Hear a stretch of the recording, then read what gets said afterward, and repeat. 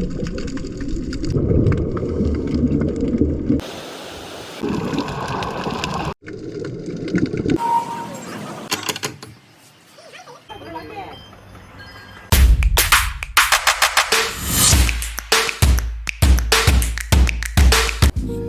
Guys, welcome back to my YouTube channel. ఈరోజు అయితే నేను మురుడేశ్వరకి వెళ్తున్నాను. బెంగళూరు నుంచి నైట్ 9:30 కల్లా బస్ ఎక్కాము మురుడేశ్వరకి. మార్నింగ్ 10 కల్లా రీచ్ అయిపోయాము. వన్స్ రీచ్ అయిపోయాక అక్కడి నుంచి ఒక ఆటో హైర్ చేసుకొని మా రిసార్ట్కి అయితే మేము వెళ్ళిపోతున్నాము. మేము బుక్ చేసుకున్న రిసార్ట్ టెంపుల్ దగ్గర నుంచి ఒక 4-5 కిలోమీటర్స్ లోపలికి ఉంటుంది. సో హైర్ ఆటో చేసుకొని ఇక్కడికైతే వచ్చేసాము. మేము బుక్ చేసుకున్నది ఓషన్ ఎడ్జ్ రిసార్ట్. అందులో బీచ్ వ్యూ రూమ్ అనమాట. ఇది ఫస్ట్ ఫ్లోర్లో ఉంటుంది. వ్యూ అది చాలా బాగుంటుంది.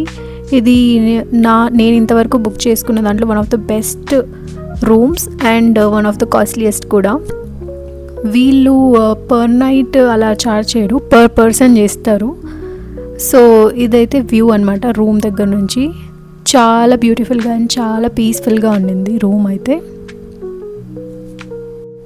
బెస్ట్ థింగ్ ఏంటంటే ఈ రిసార్ట్కి మనము ఈజీగా యాక్సెస్ ఉంటుంది బీచ్కి. ఎప్పుడు కావాలంటే అప్పుడు బీచ్కి వెళ్ళిపోవచ్చు.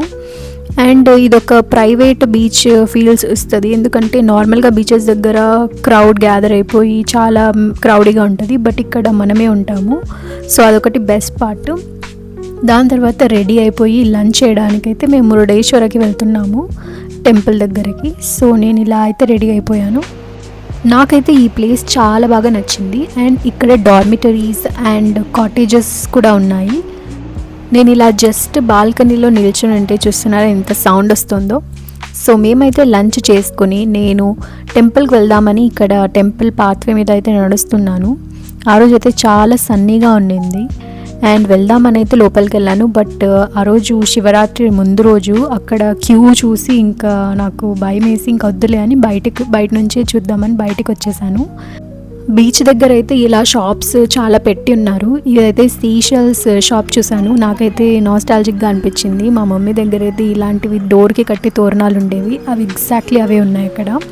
సో అంతా చూసుకొని ఈవినింగ్ బీచ్లో అలాగే నడుచుకుంటూ టెంపుల్ నుంచి హోటల్కి 20 మినిట్స్లో వచ్చేసాము బీచ్లో నడుచుకుంటూ.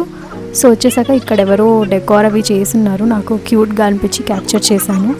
సన్సెట్ డెకార్ సో బాగుంది. దాని తర్వాత నైట్ బాన్ ఫైర్ వేశారు. బాన్ ఫైర్ దగ్గర కూర్చొని కొంచెం సేపు ఎంజాయ్ చేసి ఆ రోజు dinner chapati, egg, non veg, veg options ఉన్నాయి. ఇదైతే నెక్స్ట్ మార్నింగ్. ఈరోజు మాకు స్కూబా డైవింగ్ స్లాట్ అయితే ఉండింది 12:30కి. సో ఆ రోజు ముందుగానే లేచి రెడీ అయిపోయి, మనం దూరంగా ఉన్నాం కదా సో కొంచెం ఫాస్ట్గా వెళ్దామని తొందరగా 8:30 అలా అయితే లేచి ఫ్రెష్ అప్ అవ్వడం స్టార్ట్ చేసాము. మార్నింగ్ లేచి బాల్కనీలోకి రాగానే ఇక్కడ కొన్ని ఫ్యామిలీస్ అయితే మంచిగా బీచ్లోకి వెళ్ళి సన్ రైజ్ ఎంజాయ్ చేస్తున్నారు. వ్యూ అయితే చాలా పీస్ఫుల్గా, ప్లెజెంట్గా, కామ్గా ఉంది.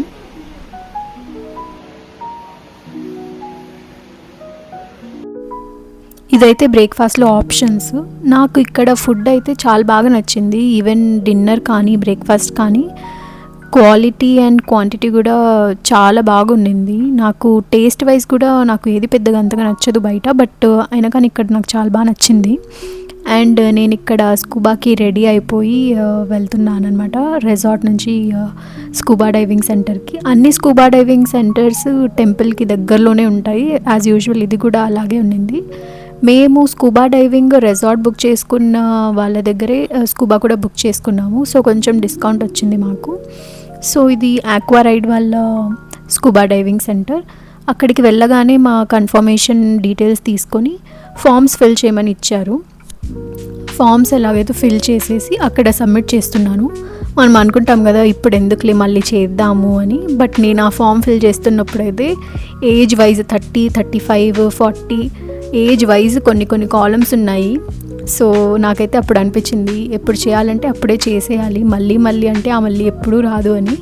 సో ఇక్కడైతే వాళ్ళు మాకు స్నాక్స్ అవి ఇచ్చేశారు.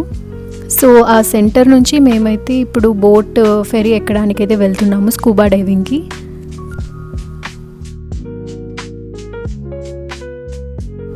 మేము స్కూబా డైవింగ్కి బుక్ చేసుకున్న రోజైతే ఎగ్జాక్ట్లీ శివరాత్రి రోజే. ఆ రోజు క్రౌడ్ అయితే బీభత్సంగా ఉండింది అండ్ ఎండ కూడా చాలా ఘోరంగా ఉండింది. సో ఆ ఎండలో అక్కడి నుంచి నడుచుకుంటూ బీచ్ దగ్గరికి అయితే వెళ్ళిపోయాము. బీచ్ దగ్గరికి వెళ్ళిపోయాక వాళ్ళు యాంకర్ వేసి ఫెరీని స్టాప్ చేసి 1 by 1 అందరినీ ఎక్కిస్తున్నారు. సో అక్కడ నుంచి ఎక్కి ఐ థింక్ నేత్రాని ఐలాండ్ అక్కడ నుంచి 1.5 అవర్ అని చెప్పారు. సో సీ సిక్నెస్ ఉన్న వాళ్ళకైతే ఇంకా వామిటింగ్స్ అవి ఇవి అవుతూనే ఉంటాయి. సో బెస్ట్ ప్లేస్ చూసుకొని కూర్చోవడం మంచిది. సో నేనైతే ఇక్కడ సెటిల్ అయిపోయాను. గైస్, మీరు బోట్లో వెళ్తున్నప్పుడే మీకు ట్రైనర్స్ కొన్ని సైన్స్ చూపిస్తారు హ్యాండ్స్తో, బికాజ్ వాటర్లో ఉన్నప్పుడు మనం మాట్లాడలేం కాబట్టి. సో ఆ సైన్స్ని ఖచ్చితంగా గుర్తుపెట్టుకోవాలి. అండ్ ప్యానిక్ అవ్వకండి, బికాజ్ మనం నోట్తో ఎప్పుడు బ్రీత్ తీసుకోం కదా, సో కొంచెం డిఫికల్ట్ అవుతుంది. బట్ వన్స్ మీరు అది కొంచెం వచ్చేసాక లోపలికి వెళ్ళినప్పుడు మీరే అంతా మర్చిపోయి కామ్గా మీరే బ్రీత్ తీసుకుంటారు. సో అండర్ వాటర్ అయితే ఎక్స్పీరియన్స్ చాలా అమేజింగ్గా ఉంటుంది. మీరు చూస్తున్నారు కదా, ఇలా ఫిషెస్ ఉంటాయి, వాటిని టచ్ చేయడం చాలా మ్యాజికల్గా అయితే ఉంటుంది ఎక్స్పీరియన్స్.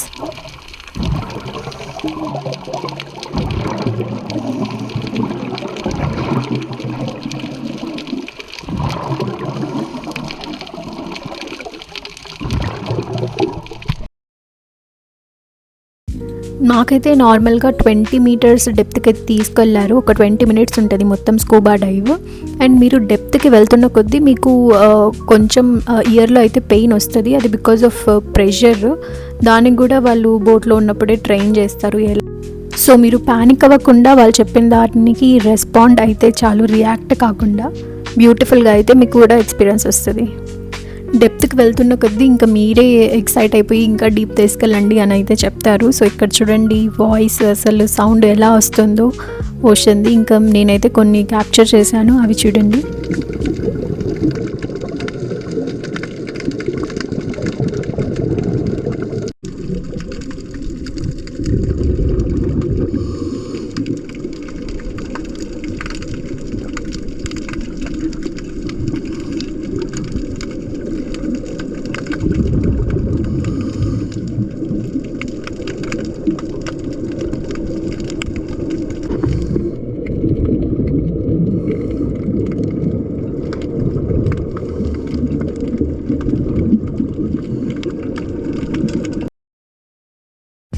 స్కూబా డైవింగ్ ఫినిష్ చేసుకొని నేత్రాని ఐలాండ్ నుంచి మురుడేశ్వరకు అయితే మేము 5:36 కలా వచ్చేసాము. That's it for this video guys. Thank you so much for watching. Please do like, share and subscribe.